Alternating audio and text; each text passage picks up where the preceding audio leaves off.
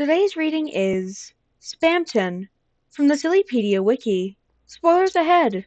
This article contains major spoilers about the silly person and/or the source material. Please proceed with caution. Repetition notice. This article contains almost word for word every part of the Spamton article on the Sexypedia Wiki. Feel free to skip this video or watch the Sexypedia Spamton video to avoid any repeated information. Spamton, full name Spamton G. Spamton, is an optional boss and recurring character from Deltarune Chapter 2.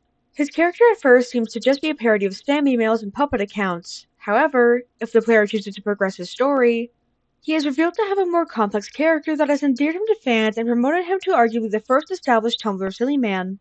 His class is Tiamat, and his source is Deltarune. Basic information. Spamton's character is fairly typical of a Toby Fox game, extremely goofy and chaotic. His speech is loud and nonsensical and littered with advertising terms, as is typical of a poorly constructed spam email. He seems maniacal at times as well, such as asking Chris, the protagonist, to give him their soul.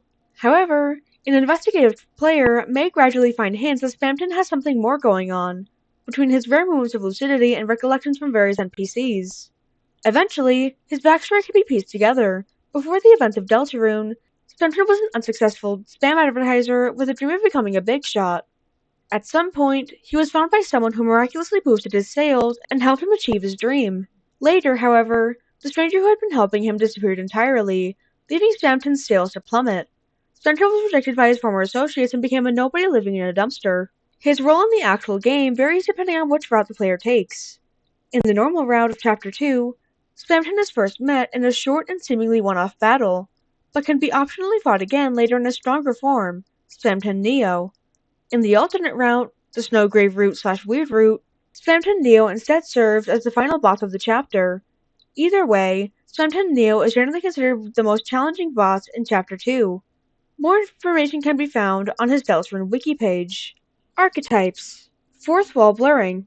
Due to dialogue from Spamton and other NPCs, many fans have theorized that the person helping Spamton in the past may have actually been W.D. Gaster, and that alongside miraculously boosting Spamton's sales, Gaster told Spamton the truth of his world, that it is a video game.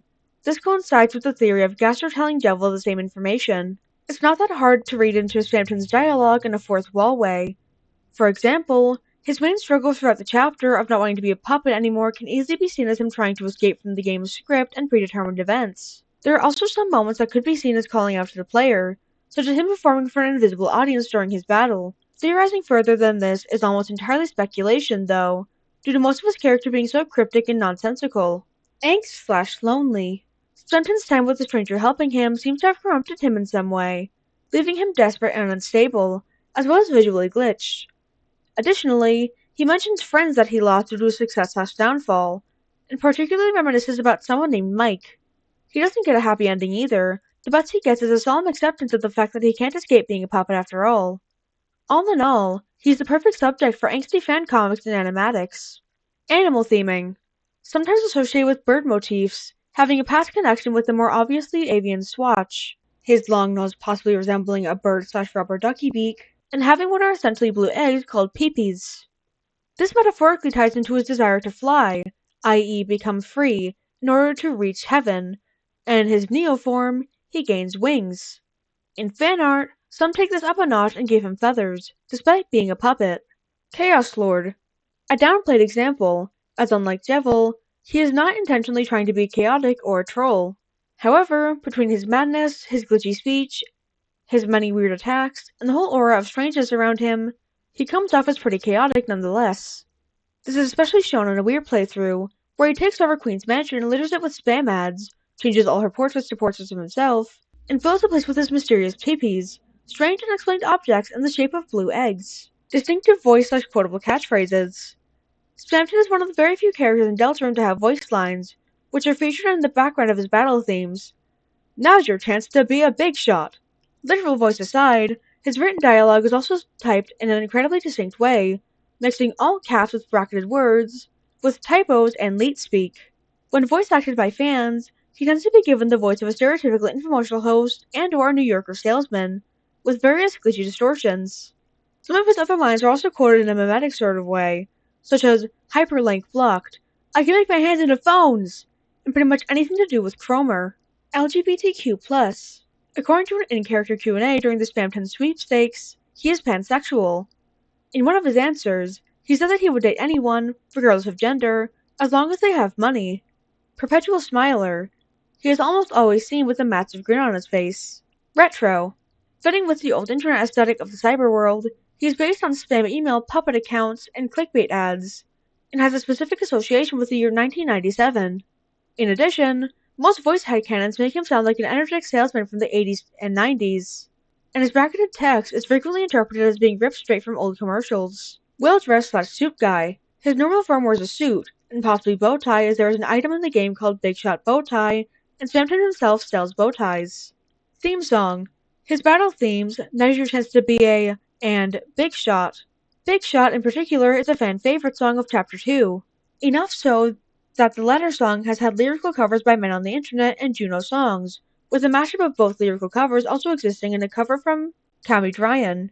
Several fan songs dedicated to the character also exist, such as Ad Infinitum, Are You a Big Shot Son, Jackpot, and Want Some Fun, just to name a few. As well as this, the song Debt Collector by Jaria has become associated with him. Unkempt. Spamton literally lives in a dumpster, and sells actual trash out of a shop built into a pile of trash in a garbage dump. Spectacles. Spamton wears very distinctive glasses with differently colored lenses, one yellow, one pink, that constantly swap colors. The arrival of Spamton Neo is punctuated by said glasses glowing in a temporarily black screen, and when defeated non-violently, he transforms into a copy of his own glasses. Additionally, in several scenes, usually when reminiscing or sad, his glasses turn into TV static. Fanon tropes. Fanon splintering. The version of Spamton where he became famous is sometimes treated as a separate character. This Spamton, occasionally called Addispam, looks more like a typical Addison, with white hair and the same outfit as the others. He is also portrayed as innocent and shy, if a bit chaotic, a stark contrast to Spamton's canon self. Humanization. Although he is already humanoid, he is depicted in the game proper as a small, squat creature with a tiny body and a big head, quite akin to a ventriloquist dummy. Despite this, there is a profusion of fan art depicting him as tall, thin, and often handsome, even outside of his Neo-form. Equally popular is to scrub every creepy or angular feature and draw him like a friendly Steven Universe character with barely even a long nose. Fan reception. With his entertaining yet sympathetic and memorable character, it's no surprise that sites such as Tumblr immediately took a liking to Spamton. However, contrary to what one might expect of a sexy man, fan content was usually not focused on portraying him as handsome or intimidating. Instead, he became something else entirely, a Tumblr silly man. Silly Man Spamton content primarily erases the more disturbing parts of his character, instead making him more cute, innocent, and gremlin-like. These fans treat Spamton almost like an endearing pet raccoon, something people find funny and cute and want to take care of, even if it lives in a dumpster and brings dead rats into your home. That's not to say that Silly Man Spamton fans can't still find him attractive. In fact, a large portion of these fans do fantasize about a romantic relationship with him, but sexual attraction to him is not nearly as common here. Another thing that often comes with Silly Man Spamton is woobification and a heavy portion of angst. He is often shown as simply a sad, broken man that misses his friends/family rather than any kind of villain. In a similar vein, there are many works that take a more fix-it approach and portray him being happy or comforted, either in his past or future. Spamton X readers or other self-insert material where one takes care of Spamton or lets him stay at their house are very popular, though not nearly at a sci-fiization level. A few Spamton-centric AUs have been made as well. Most notable of these is the Salt Route, a hypothetical, Spamton-focused alternate route created by Tumblr user Campy Villain. The Spamton Sweepstakes of 2022, September 18th. On September 17th, 2022, the anniversary of Deltarune Chapter 2, a special event was hosted on the Deltarune.com website, Spamton Sweepstakes, a 24-hour charity auction of several bizarre pieces of Spamton merch, including Spamton's corpse, Spamton toilet paper, Spamton's old socks, a Spamton worm on a string, a Spamton-themed wedding ring, a Spamton body pillow, and more, as well as two special pieces that were auctioned: a giant golden Birdly statue with a winning bid of $11,100, and a Mona Spamton, with a winning bid of $22,100. All of the money, a total of $322,805.68 went to the Child's Play charity, an organization to improve the lives of children in hospitals through games. Near the end, donors were given the option to donate.